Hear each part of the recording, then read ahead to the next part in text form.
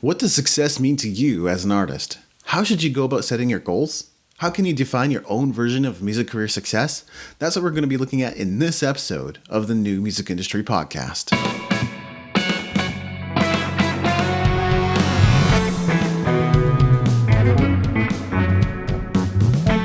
You're listening to the New Music Industry with David Andrew Weeb. Today, I'm chatting with CD Baby President Joel Andrew. How are you today, Joel? I'm pretty well. How are you? I'm great. Thank you for asking. Thanks for having me on. Yeah, it's great to have you. It looks like you've been at CD Baby for a long time and have filled various roles. I would love an overview of your experience and evolving experience so far. Yeah, for sure. So I've been at CD Baby since 2003. Started in the mailroom, opening mail. I was a touring musician, a starving musician, that sort of thing. And in between tours, CD Baby was a great place for me to come and just kind of pick up some work when I needed to. And then my job was CD Baby had initially it was to open mail and then to kind of build some shelves and those sorts of things because CD Baby was selling CDs at the time very heavily. That was our main business line. But in 2003, CD Baby had just signed the first independent contract with iTunes. Mm-hmm. So there was kind of the five majors and then CD Baby in there. So this was before anybody had scanned album covers, let alone digital audio files. This was still, pre-iTunes world. So they hired me, or my next gig was to work through the night and scan and rip and digitize all the CDs that were in the warehouse. It was about 35,000 titles total. There were about four of us who would just kind of come in at night and digitize all the albums. Through that, while being a touring musician, I kind of wanted a little bit more out of life. I wanted more than some couches to kind of crash on. So always was looking for more work at the company. And eventually they had me talking with some of our customers, some of our artists that would call in. I speak Spanish. They didn't have anybody that speaks Spanish there. So I started taking those calls initially. And that's when I found out, what I had learned from being a touring musician the whole time is really applicable for the customers that are calling in, the artists that are calling in to CD Baby.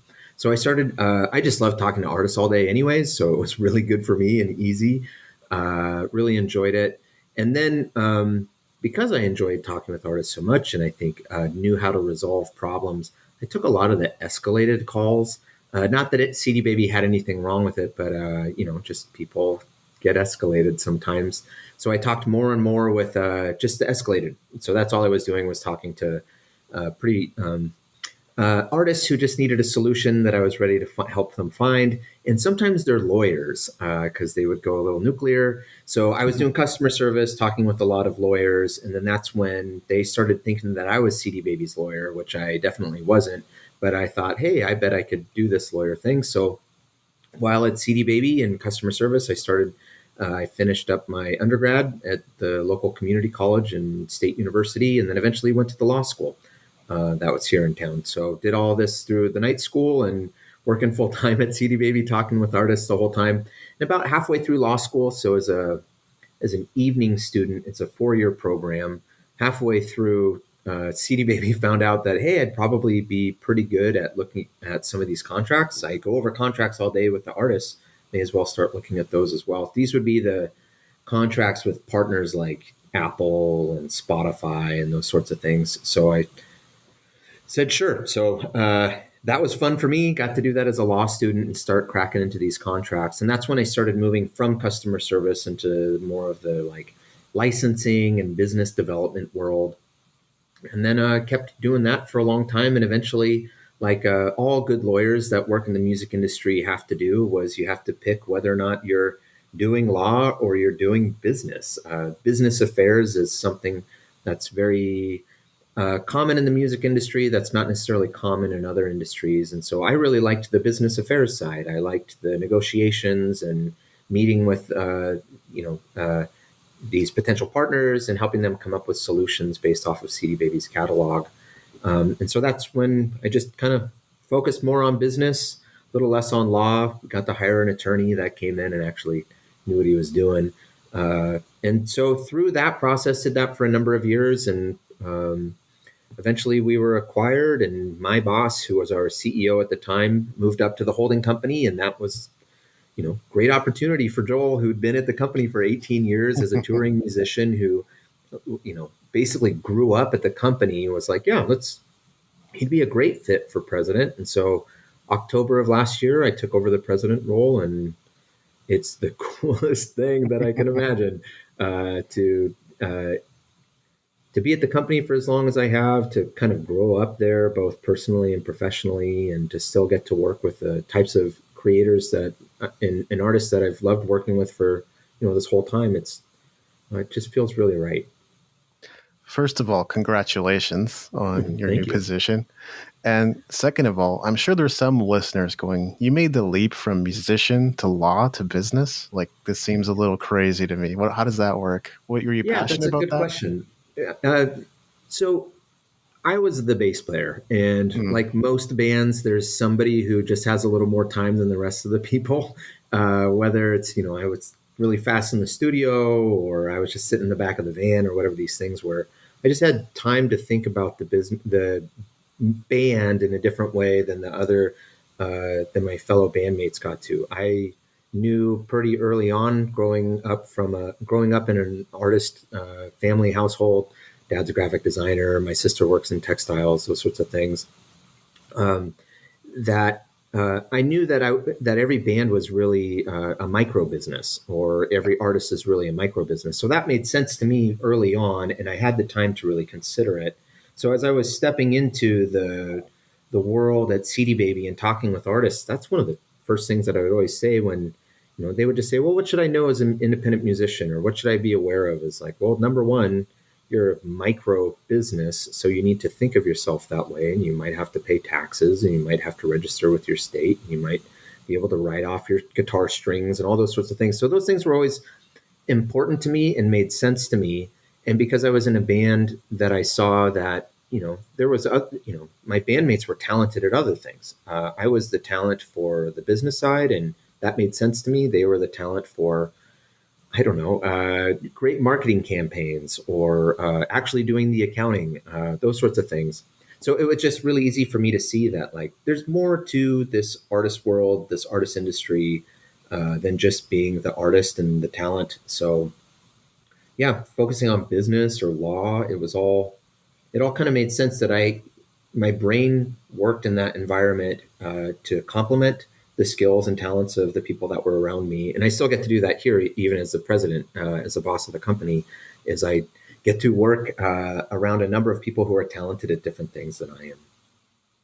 I think Daniel Amos's guitarist was literally a rocket scientist. I could have some of the details there wrong, but those types of people do exist. They're talented, and they have a mind for something else. Yeah, and I really encourage bands to think about that, like who in their band is that person, or maybe all of them are. Mm-hmm. And I see real big, because it is a micro business, and sometimes it grows to a quite large business, and things get serious, and money starts flowing and all that sort of stuff, and then it becomes like a full-fledged business. I see a lot of talent out there, and musicians who just don't quite have maybe the vocabulary or the structured discipline of like how these are business decisions. But playing a show and selling a t-shirt is a business, and playing a show and being paid to perform, that's a form of license. There's a ton of parallels left and right, at least in our system, of how we, if there's an industry around it, such as the music industry or the creator industry, there's a lot of business going on, and talented, super, better business people than I am, and that are, just think that all they are is a bass player, when really they're quite sophisticated business people. Now, as an interviewer, I have to pry a little. I'm wondering if you had any interactions with Derek Sivers in the early days, and any anecdotes you could safely relate. Yeah, for sure. So there was Derek Sivers and John Stoip, who was kind of the number two at the company. Interacted with Derek quite a bit, mostly interacted with John, who was kind of the guy who was running the biz. So Derek got to go be the face and the vision and all those sorts of things. and then John was kind of at home managing us, rowdy bunch. But yeah, I got to interact with Derek. I didn't. I don't know if I've heard about this with other people that were employed by gurus, if you will. I think he's clearly a guru.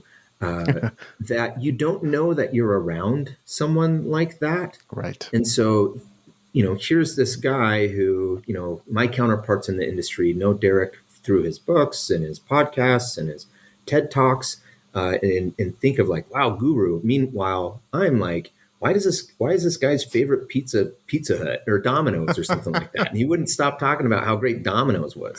Just like, what a crazy boss. Pay us more. It was it just wasn't what we thought it was. And so now I'm a professional in the industry, and a lot of people hear CD Baby and go like, oh, Derek. I was definitely, I'm definitely tied to some of a bunch of his successes at the business. A large part of my mission or ethos of how I want to run the business is tied back to the way that he started things. Awesome. I don't want to, it has a negative connotation, and understandably so, but a cult of personality. He was, the center of a lot of misfit, misaligned, disenfranchised, unempowered artists who found somebody who was willing to be their champion. Mm. And that DNA is in CD Baby still. And I recognize it and respect it. It's super important to us. So those are had some, weird, always funny interactions because, he was my boss's boss type thing. That was, again, wouldn't stop talking about Domino's. But yeah, I didn't interact with him a whole lot. It was more this other guy, John, and a few other people that were kind of managing the business. I love how you elaborated on that. And I have a wealthy mentor who, for some reason, loves very ordinary breakfast places like truck stops and Denny's and stuff like that. Yeah, I think the way because I asked and I was like, what are you doing? And, I think his thing was he was very much into it's just the same anywhere in the world. It's Domino's is like perfect pizza. Budweiser is perfect beer because nobody puts the type of effort into perfecting global distribution of pizza. It's just a different perspective on kind of like what is quality and what is perfect and all that kind of stuff. But he would frequently wear like the company t-shirts or the band t-shirts that we would receive. We have a warehouse, so they send us CDs. They still do, but back in the day it was a lot of CDs. Just in case any listener doesn't know, we do digital distribution, Yes. Streaming, those sorts of things, monetization at places like Facebook. We still sell CDs, but back in the day, we used to get merch from our fans and artists and musicians that just loved. They would send in their CDs and they'd send us a T-shirt or something like that, and that was frequently what you would see the founder of CD Baby wearing, was just a band shirt, running around trying to help out wherever he could. It was kind of cool vibe. Yeah, I've been a long time CD Baby artist. I interviewed Derek right after he sold CD Baby, and we have also had Kevin Bruner on the show twice. So there's a deep, deep connection here. And Could I ask what you remember from that interview with Derek? Because that was an interesting time. That was Derek was. I mean, it's the classic story of like a startup that really hits something to the employees that means something different than what it does to the founder. So my recollection, and understandably so, was that he saw this as like his project that he started in his closet, and was like, this is pretty cool. Let's do some really cool stuff. And then as it grew and grew, especially with the employees started going, hey, we want these, we want to be treated like professionals, and we want this to be a real business. But in his mind, it was like, well, this is kind of like a cool thing for artists. And it's a hobby thing. And there was just kind of a misalignment of vision of what the business was supposed to be or could be. And I just remember him really getting kind of burnt out by the end. Any recollections or takeaways from that interview? Yeah, he's been very public in stating pretty much exactly what you said, that after a while he just got tired of being asked questions. And so it was his imperative to try to systematize the business as much as he could so that he could just be in flow all the time, which I kind of understand. the biggest takeaway for me, because I was kind of digging for what is something I can offer musicians that's worthwhile. And he basically said marketing is always going to be in demand. That's an area of the music business that there's always going to be need for. Yeah. The way we talk about it internally on kind of like that shift was, what is it? The settlers, the pioneers, and the city planners.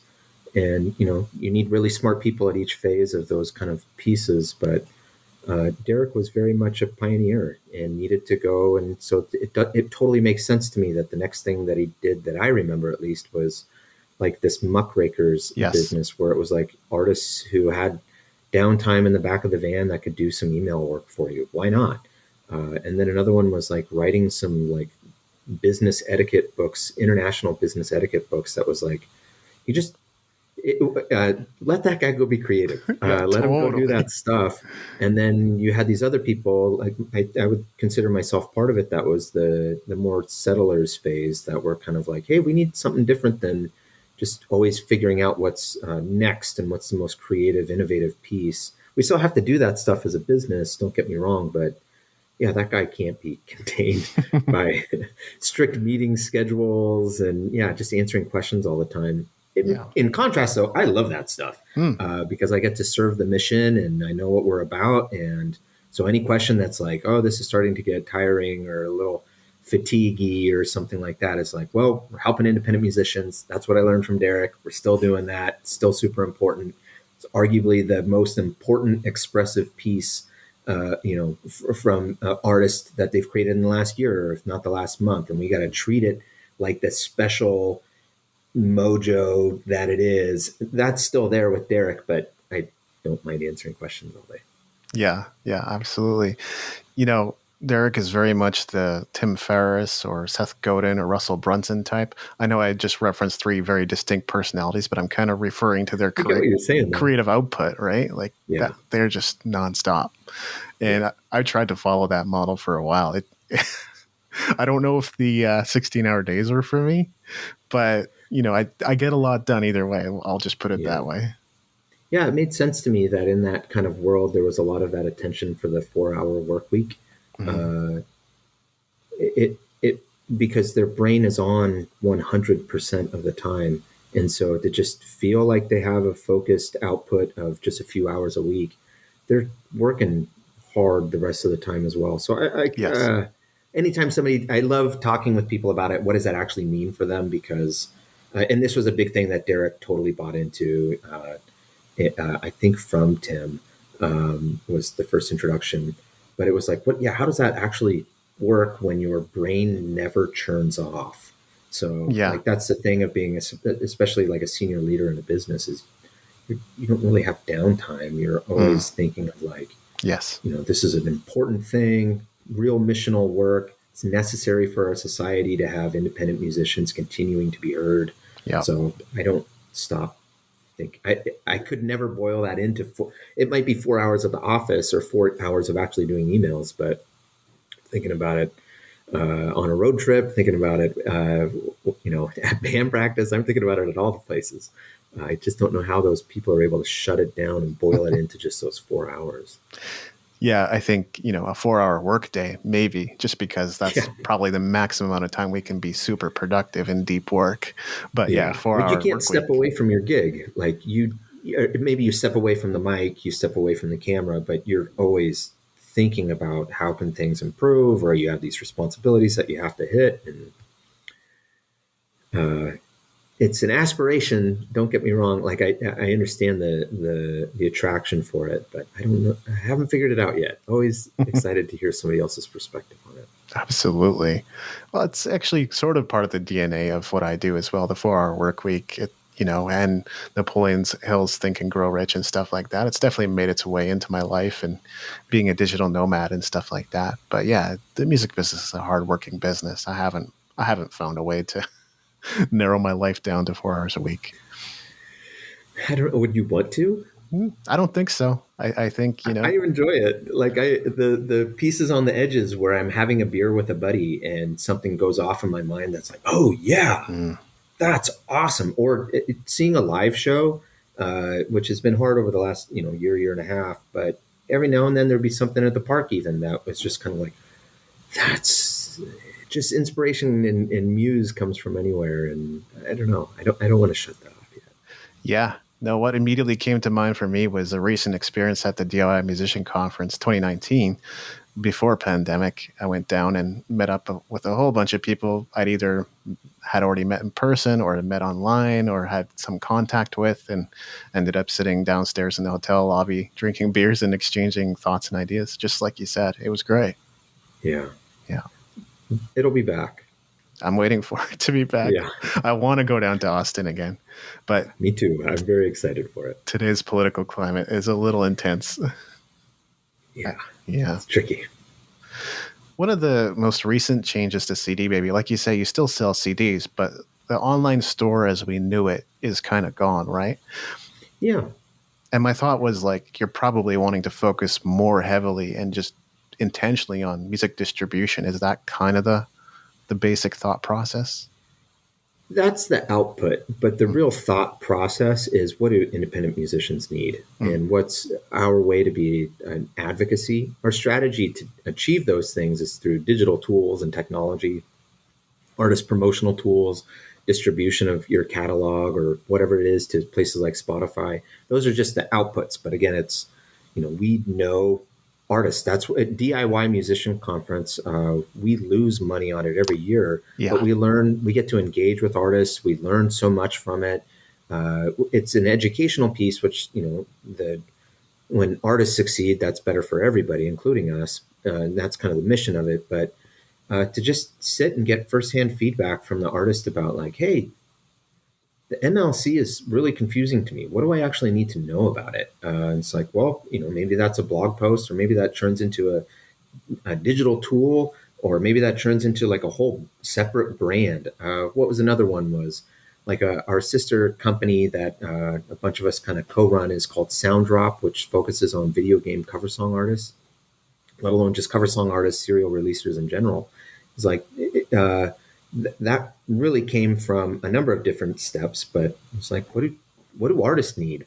And they're in a different space. So what a cover song artist needs for, a cover song artist that's a TikTok that records their track, wants to get into the music distribution industry or into the music industry, what they need is something very different than more what CD Baby focuses on. So it's the strategy is again there, or the thought process or the mission is the same, but it's just kind of, the strategy turns into how can we do this at scale? How can we support artists? So another one, other than Sounddrop and DIY Musician Conference, that focuses on that. A big one for us is called Stages. So what it is it's a CD Baby platform. So it's available to CD Baby artists. There's a kind of form that you fill out that you self-identify whether or not you want some maybe additional support from CD Baby. The reason that I think that so some of our competitors do it, they call it upstreaming. Other companies just focus on that upstream space that are kind of like trying to figure out, well, how do we take somebody from maybe a few hundred listens a month up to a few thousand listens or maybe millions or something like that. But those upstreamers are really focusing on an elitism model of like, how do we make the most off of the people that make the most for us? And how do we keep them really happy so they don't leave and all those sorts of things? Versus Stages is built off of an ethos that's, well, we want as many artists using Stages as possible. And if it happens to be playlist pitching or lyric curation or whatever these different things are, that's how we are. That's what's driving our strategy of iterating on Stages. So CD Baby Stages. So we are just that's where we find our innovation is in opportunity to go, well, what do independent musicians need at scale? And this goes back to like Derek days of, you don't, it's a hard game to service independent long tail artists who maybe make $100 a year, maybe 200 or 1,000 a year. You're not beating off all the VC investors who are trying to figure out how to support $100 a year artist. Yeah. So Derek figured out a way to support them at scale was, well, let's get 25,000 of them together and then, go pitch it to iTunes and see what would happen there. And so that's still our kind of ethos and philosophy is what can we do at scale? So Stages works, upstreaming works for our competitors because they get to make more money off of those, elite artists. But again, Stages we want to be available for all CD Baby artists, and we're just kind of iterating and then providing its guiding direction on what else we should be providing at CD Baby. So there's a bunch of stuff. So Stages is a big one, back to Sounddrop and DIY Con. We have this release plan generator, which I really like. So it's a pretty easy tool for artists to go out and use. And if you just look up the CD Baby release plan generator, it just is based off of all the information from all the artists that we ever receive. Time management is a big one. Scheduling is a big one for independent musicians. If you're a musician, don't feel bad if you're always late to practice. That's just what happens with us. But so we put out a form. So you enter in at the CD Baby release plan generator, you enter in a few bits of data, and it tells you like, this is what you should be planning on. This is when you should be focusing on pre-saves. This is when you should be going and collecting your Spotify IDs. This is when you should be starting to reach out to your fan base to promote. This is when maybe you should be doing some digital ads. So that's really powerful stuff that I've learned from my own personal experiences as a touring musician. But to just post it and make it available for free to independent musicians was like, well, that's our solution. That's how we're doing digital tools. That's where we're hitting our strategy of providing digital solutions for independent musicians at scale, because that's kind of what our mission is and how we help. Yeah. And it kind of segues nicely into my next question as well. It sounds like you're a big believer in independent artists defining their own version of success and not getting caught up in duplicating what major labels are doing. So how would you recommend independent artists go about setting their benchmarks and goals? Ooh. That's a introspection. Asking what you want from this, and it changes. Because when I started, when I was like 15 years old and picked up a guitar, what I wanted from that experience is really different than what I want from my experience now. And it probably changed every like 1 or 2 years, especially when I was touring heavily. Probably every few months it would change for me of what I really wanted out of being a musician or what I really wanted out of being an artist. And that's a really complicated thing to look introspectively and go, what do I really want? What's really valuable or powerful? Yes, I would like $1 million from my music. That's really cool. But my concern, as you know, I published a recent kind of op-ed in Billboard about using major label yardsticks to measure the success of independent musicians. What I was really trying to speak to was I knew a lot of musicians who were in their mid-20s or so that felt like they were not going to cut it as full-time touring musicians. They just realized that they weren't going to make enough money, and so they quit.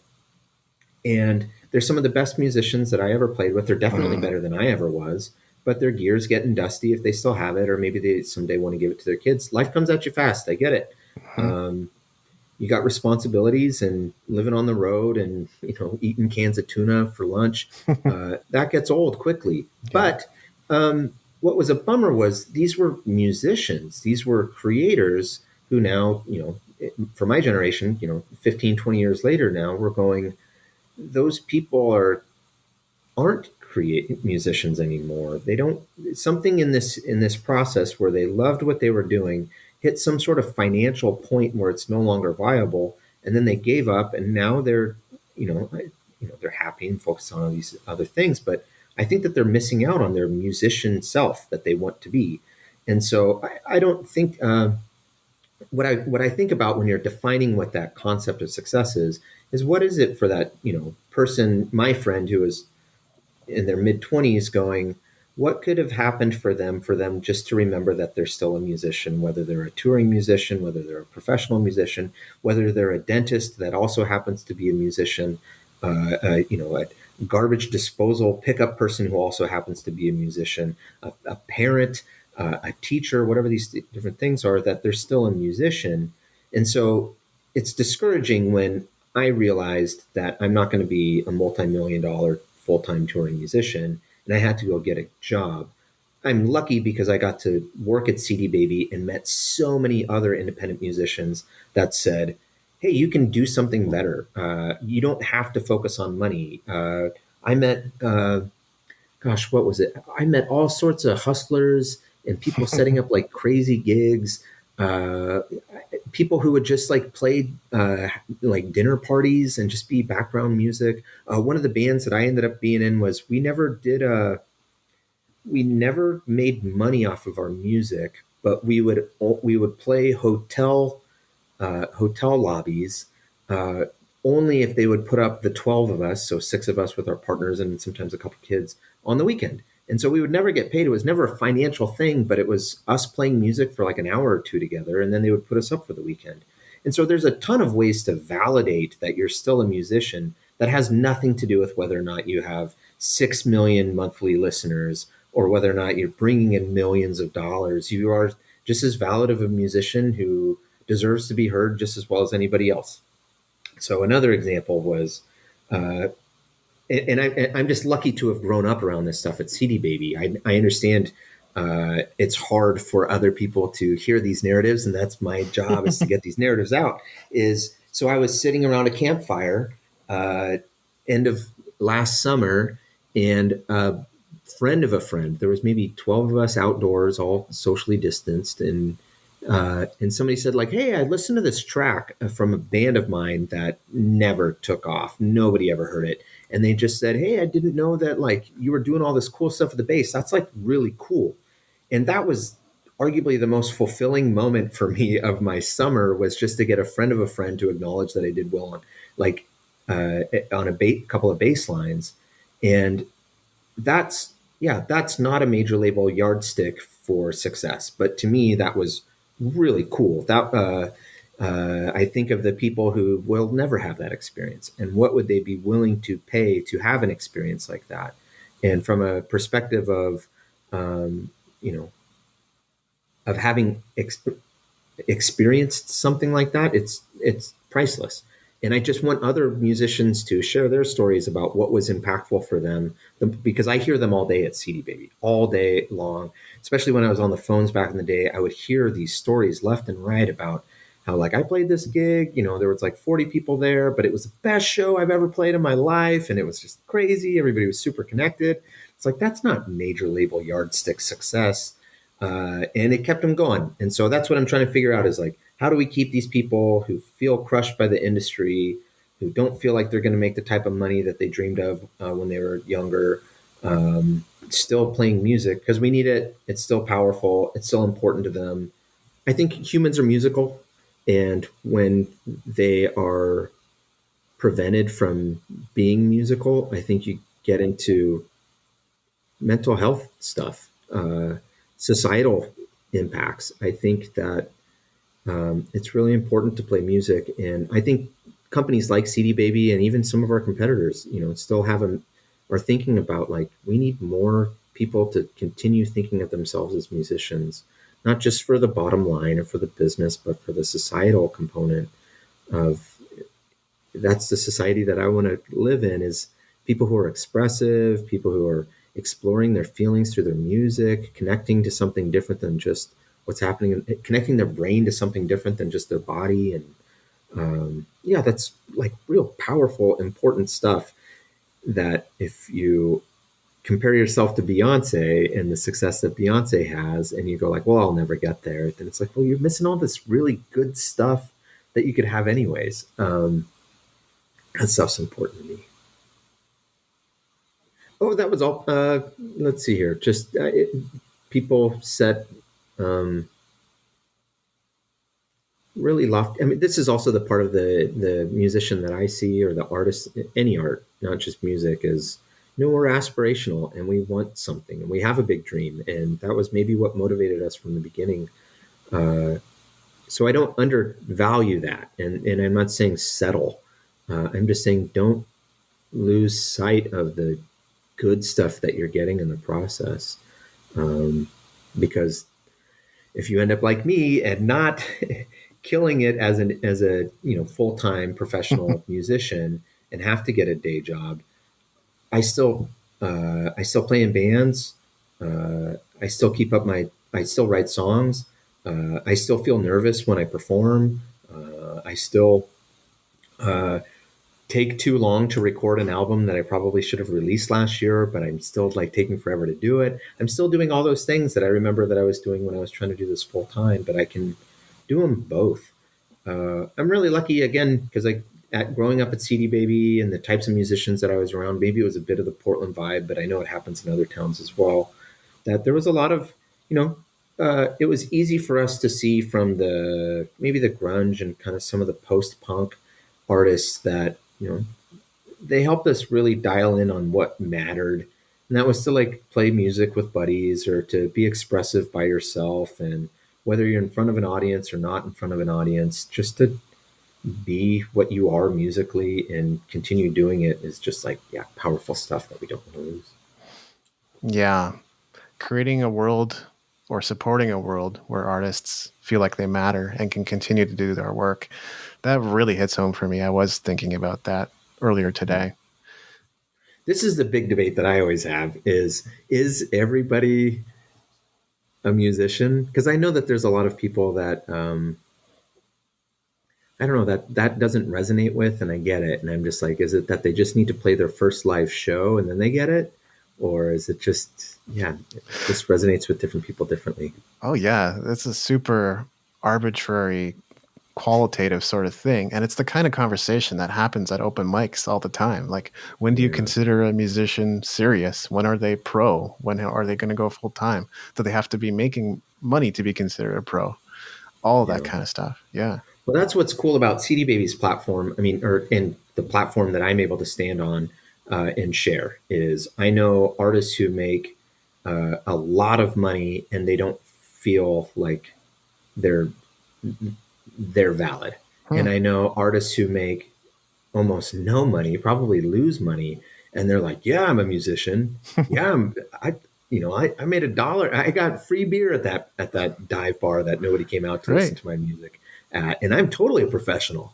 And there's no rule book. There's no, platinum record thing that you're going to get in the mail that tells you you're a professional or you're doing it.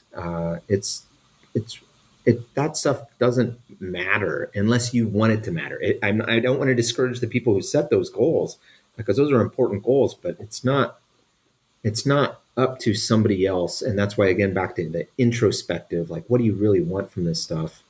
You have a lot of control over your success or sense of success. It's not just from the outsiders. Yeah. And digging a little deeper into that, seems like many artists have been feeling the crunch over the last 18 months with pandemic lockdowns and the resulting shift in life. This is not something any of us in the business like to see, but I also think we both know an artistic career is still very viable today. What are your thoughts on artists navigating these strange times? Oh, it's tricky, and it's still tricky, and it's going to be tricky for a while. It felt like, at least to me, like things were opening up when I started getting the emails from the bands that whose tours were canceled last year, that they were telling me that they're coming back. And it's a bummer that I'm seeing that some of them, a total bummer that some of them are starting to email again and say, hey, we got to take that off the plate again. It's a hard thing to navigate. Yeah. Myself, I'm having a tough time just to, I guess, be vulnerable. The main band that I'm in, that I've mainly been looking forward to getting together again to start practicing. We just have other priorities right now, and I love that music, and I love those people that I play music with. But it's really hard to think about all these other obligations. Like, it was nice when I was on the tracks and things were moving forward. Now that things stopped, and then to restart them again is hard, really, really, really hard. For someone who lives this stuff, it's hard. I can't imagine for somebody who's maybe starting for the first time or, only got so far. But we're also, musicians, and we're going to figure out how to play, and we're going to figure out how to, I've seen so many bands play in an environment where it's like a band isn't supposed to play there. So like Voodoo Donuts, which is here in Portland, Oregon, they have this funny little like fridge space that up above it in their old building was like maybe a 3x5 space up in the rafters, and bands would play up there. Bands are going to figure out where they can play. Artists are going to figure out how to perform and still connect with their fans. It's hard to get back out there, but once you're there and you get that momentum going, whether it's just performing on Twitch or doing some live shows on on Facebook or something, we're figuring it out. I think that's another big part of it is over the last year, there have been enough artists out there who've figured out some of the basics of how to continue performing and engaging. That's what I look for is what's this new space where people are trying something to perform and connect with fans. So it's out there, but I also very much resonate with it's hard to get that going again now. Tough. Yeah, absolutely. It's going to take some time. I think it's important for artists right now to focus on digital marketing or perhaps other avenues that might still allow them to be sustainable too, and creating things that it could be complementary to live performance, obviously, because we don't know exactly how that's going to pan out. Yeah, and there's a big difference between the performing artist and the recording artist. Yeah. I am definitely a performer. I like to record, but I just want to play live. And that's what my skill is. And the other recording, it was a little bit easier for the recording artist. Not easier, don't get me wrong. It was still hard for everybody. But the recording artist wasn't missing that, maybe they could set up their rig at home a little bit easier, or finally got it going so they can keep kicking out their recordings. But it's a little different and harder for me now to try to record because I've always been so self-critical of my recordings. To just start getting going on them again is pretty tough. But I'm seeing performers perform digitally, and I'm seeing recording artists, they've been doing it well or decently and figuring things out. But there's lots of tools, lots of options.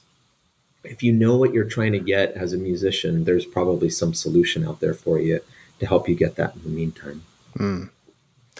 Now I have a few Tim Ferriss-esque questions for you. The first is, what's the last YouTube video you watched? Ooh, this will be funny, or funny to me, but I'll say it. I needed some help on finishing a puzzle on Breath of the Wild. I told myself that when I started playing Link Breath of the Wild that I wasn't going to look up videos because I just wanted to experience the game and struggle with stuff. But there was one that I was just like, that's it, I'm going to look up on YouTube. So that was my last YouTube video, is struggling through Breath of the Wild. I can relate to that. Sometimes I'll be playing a game that I can't figure out. So there's always answers on YouTube. Yeah. What is your daily routine like? On a work day, up about 6:30. I really like to go for jogs with my wife. She's a nurse, so she works kind of crazy days. And so when she's home, we'll go exercise together. And when she's not, I'll put in a little bit of an exercise routine. Now starting to go back to the office. So I'll try to be into the office about 8 o'clock or so, Monday through Wednesday. We're doing that hybrid work thing for we're trying a couple pilots at the office to see how those go. And then just, on calls and emails starting at 8 o'clock through kind of the day. Usually not a big breakfast guy, definitely a big coffee guy, I think in large part because Portland has so much coffee, so much delicious coffee.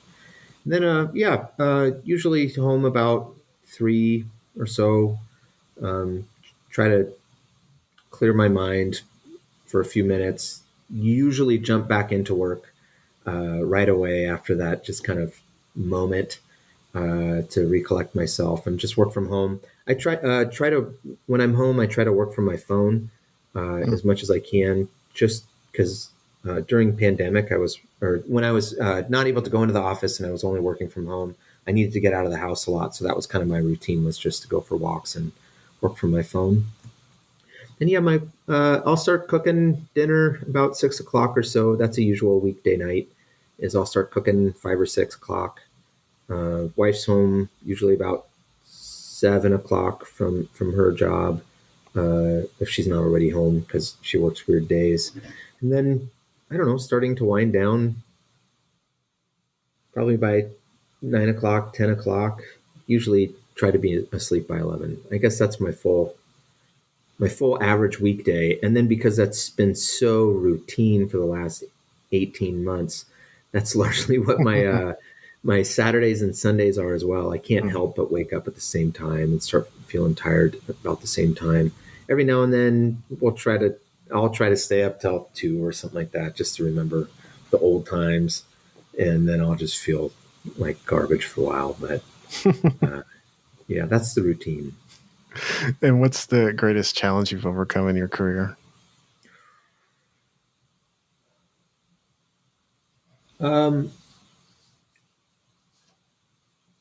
Probably the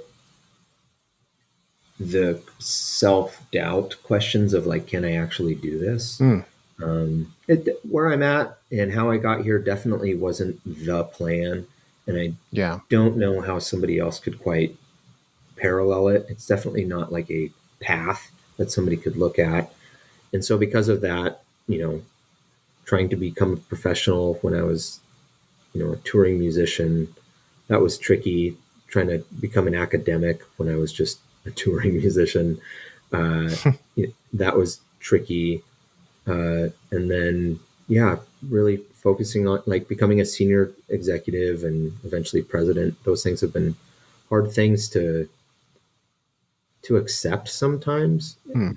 It made sense, and I am so lucky to work for a company that really has a mission and a purpose and a place. So when I feel discouraged, it's easy to just pull out our mission statement and feel like, yeah, this is what it's about. But those are the hardest ones. Was a number of times I just thought this isn't going to work, or this plan is a moonshot. This isn't what I should be really doing. But then it happens, and I'm glad it does. Glad it pushes through. And what's the greatest victory you've experienced in your career?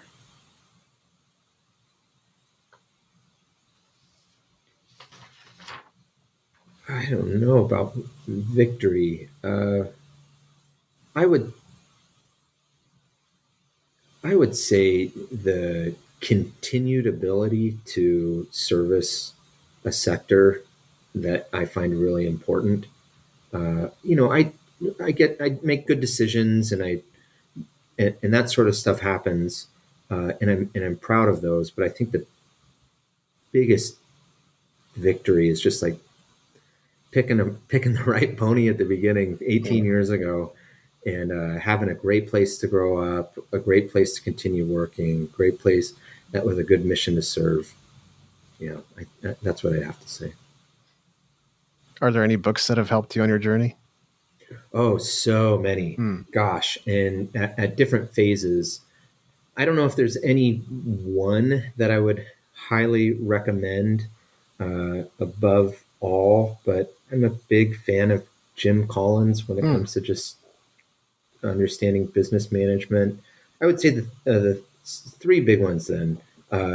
Jim Collins, Good to Great, Seth Godin's Tribes, and then John Doerr's Measure What Matters. Those would probably be the three that really helped my professionalism chops the most in understanding what I'm doing as a professional. So coming again from the independent music or from the touring musician world, and we were talking about it earlier, that I see really good business people in these micro businesses with their bands.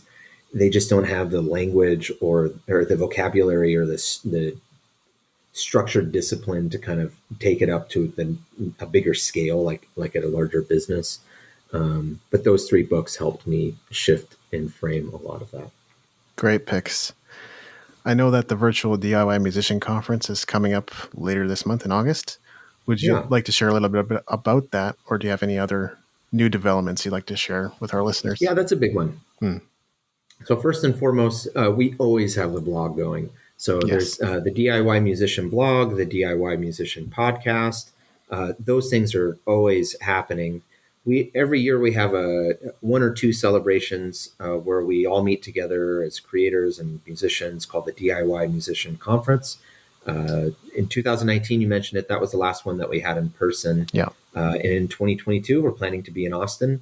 But this year it's going to be all digital, or all virtual, and we're going to have experts. So all the normal years, we bring out all the experts we know, all the streaming platform specialists that we work with. So people from Spotify and YouTube come out to these sorts of things.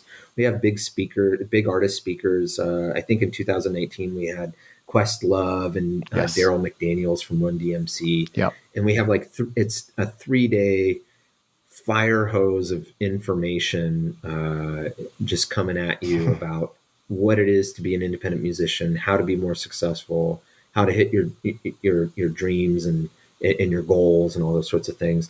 But the virtual one this year, it's free. Usually they're only like $99 or $130 for 3 days total anyways. So it's not like it's a real big savings here. But this year we're going to do it virtually. You can just head to our website. I definitely recommend that people head to the DIYmusician.com website. That's our blog. You'll see information about signing up for the conference for free. We're going to have same format, just virtual. So we're going to have specialists come out. So our buddies at Spotify and Facebook and those sorts of things are going to come out and speak. We have some huge artists. I think I'm interviewing John Gorley from Portugal the Man. We have some kind of professionals that people would hire for management or marketing advice that'll speak there as well. So it's definitely worth it because it's free. And I think it'll be really helpful for independent musicians. Excellent. Well, thanks for your time and generosity, Joel. Is there anything else I should have asked? Ooh, that's a good question. No, but I have, it took a lot of refrain to not just ask you questions myself. I want you to. That might be a separate separate good questions that I was like, oh, I wonder what your thoughts are on these things. So yeah, but thanks for having me. This was really cool. It's a blast. Like I've said a couple of times, I'm so lucky to work at a company like CD Baby, let alone be the president, because I get to have conversations like this with people like you who understand the industry and what we're going after and why it matters. So thanks for the space and thanks for the platform. Absolutely. Thank you for being on the show. We just launched a new program called Elite Players All Access Pass, and what this should really be called is Digital Marketing, Mindset, and the Business of Music Academy for musicians, because that's what it is. This is a new platform where you can access courses, ebooks, members-only audios, a community forum, personalized coaching, archive trainings, and more. This is a premium program carrying a premium price, so it's not for everyone, but if you're ready to learn more, head on over to musicentrepreneurhq.com/elite. That's ELITE. We are currently accepting applications, but there isn't much time left, so head on over to musicentrepreneurhq.com/elite, and I look forward to seeing you on the inside. This has been episode 241 of the New Music Industry Podcast. I'm David Andrew Weeb, and I look forward to seeing you on the stages of the world.